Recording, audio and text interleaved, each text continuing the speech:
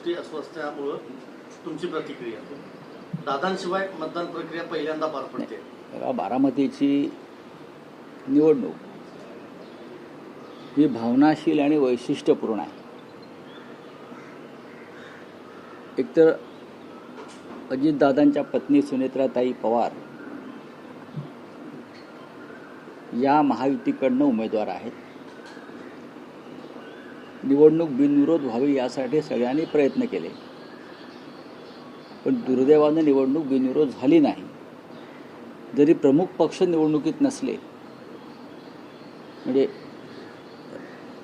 राष्ट्रवादी काँग्रेस, शरद पवार किंवा काँग्रेस पक्ष, आम्ही, तरी काही लोकांचे अर्ज त्या निवडणुकीत कायम असल्यामुळे ही निवडणूक होते. स्वतः आमच्या सगळ्यांच्या वतीनं महाविकास आघाडीच्या नेत्या म्हणून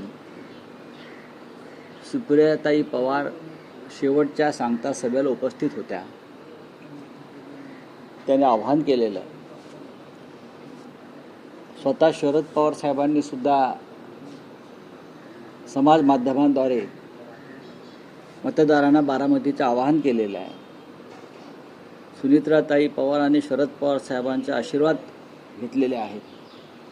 त्याच्यामुळे बारामतीची निवडणूक ही एक अजितदादा पवार यांच्याविषयीच्या ज्या भावना बारामतीकरांच्या आहेत त्या व्यक्त करणारी निवडणूक आहे.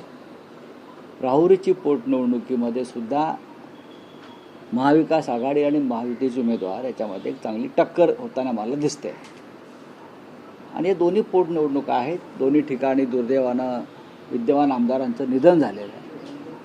पण त्यापेक्षा महत्त्वाचं आज तामिळनाडू, पश्चिम बंगालसारख्या राज्यातल्या निवडणुका, जेथे या देशाचं संविधान, लोकशाही